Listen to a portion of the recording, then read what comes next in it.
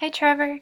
Thank you so much for making some revisions and resubmitting your informational writing piece. I was really excited to read it and see what changes you had made to improve it and make it even better.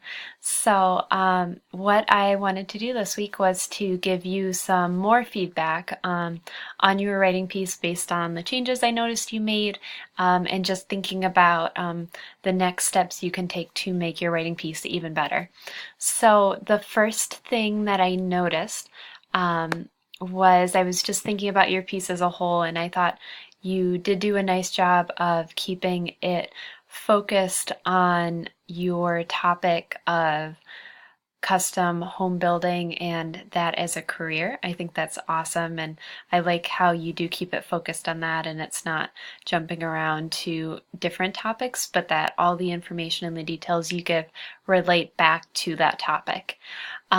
One thing I thought you could continue to think about, especially in your first paragraph, with your two sentences that end your first paragraph, is your audience. It sounds to me that your audience is people who would be thinking of becoming custom home builders as a career and pursuing that career path, and not people who are looking to hire a custom home builder. So I think that your last two sentences in that first paragraph, where you say the difference between a custom home builder and a private contractor is, and then you explain that, and then you explain it, you say it's all about you. When I read those two sentences, it sounded a little to me as if that the way you worded the information, it was almost as if you were speaking to someone thinking of hiring a custom home builder. So I was just trying to think about how you could reword that to still give that information, but tie it into the fact that you are writing an informational piece towards, it sounds like, an audience of people who might be thinking of that as a career. So if that is your audience that you're speaking towards, for example, when you say it's all about you, it kind of sounds like you're speaking to a different audience at that point. So just to keep it on the same audience and not switching to an audience of people thinking of hiring a custom home builder, just thinking about how to reword that so that you can still give the information that you think is important about how custom home builders make the work they do specific to the clients that they're working for, and explaining that it is all about the clients that they're working for, but explaining that in a way where you're tying that back into what the job of someone who is a custom home builder is like. So, for example, another way to word that so you're keeping the audience still people thinking of becoming custom home builders, you could say it's all about the client or whoever it is that you mean by you in this in last sentence. So just something to think about, that if you were putting yourself in the seat of someone reading your informational piece who was possibly considering this as a career, thinking about, does the information that is being given make sense specifically to that audience for the whole entire piece. So I would just especially take a look at the last two sentences here and think about how you could tie that back in so it really sounds like you're speaking to people thinking of becoming custom home builders rather than people thinking of hiring custom home builders. Another thing that I noticed was I was really excited to see that you cited a website as part of a source where you got some of the information from when you went into a little more detail in your second paragraph. So that was really cool to see that you tried that.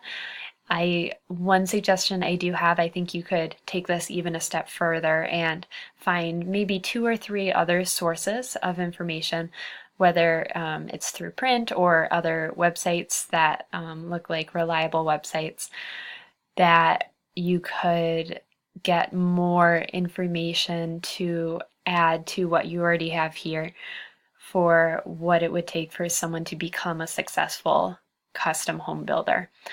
I think that would definitely help to develop your ideas more, to help you to elaborate on the steps you've already listed. So not necessarily adding more steps, but thinking about this framework that you already have of step 1, step 2, step 3. How can you give more detail about what each step involves within the framework you have already set up? So for example, for step 1, what additional details can you give about obtaining a degree? And if you were to look at a few other sources too, to gather some information, I always find that helpful because when I'm writing an informational piece, it helps me to know what information will be the most important to put in my informational piece. So if I am getting information from a source, if that's reliable, if I notice that certain pieces of information are really talked about a lot or repeated across the different sources that I am looking at, then that is a sign to me that that information must be really important to my topic because it's present in many different sources, even if all of the information given in the different sources aren't exactly alike. It also can help you to find, looking at more than one source, like 2 or 3 other websites or print sources, can also help you to elaborate because it will give you some more information, possibly that one source might have missed, that might be interesting to add to your piece within this framework or within these steps that you already have. So not redoing everything you have, just looking at each of the steps and if you were to look at some other sources, what can those other sources tell you that would give more information to your reader about what each step involves? So I would really recommend I think you have a great start with your According To and then giving that website. I would really recommend just taking a look at 2 or 3 other sources, seeing do they repeat some of the information you found on that one source? Do they add anything new? So that might definitely be something worth checking out because you do have a good foundation here of clear steps that one would have to take to become a successful custom home builder. So I think you definitely have a good foundation to build off of to improve this piece and make it even better. So that suggestion actually ties into one of my last suggestions for you because I really liked the elaboration you gave for your your third step, excuse me, where it really expanded on the detail you gave about needing 2 to 4 years of experience for this type of career. And then I liked how you did go into detail about where this experience should take place.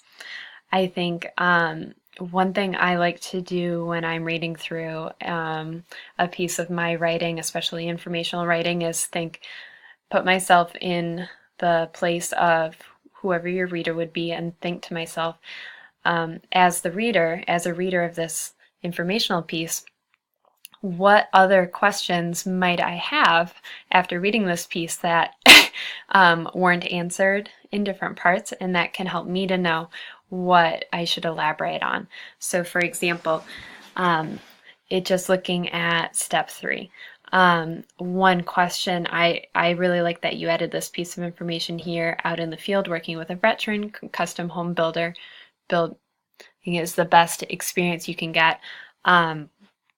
I liked how you added that piece of information here, and then as the reader, it helps me to wonder, well, when you work out in the field, is there one area that a custom home builder should especially focus on? I know you mentioned a little earlier the wide variety of degrees that a custom home builder should have.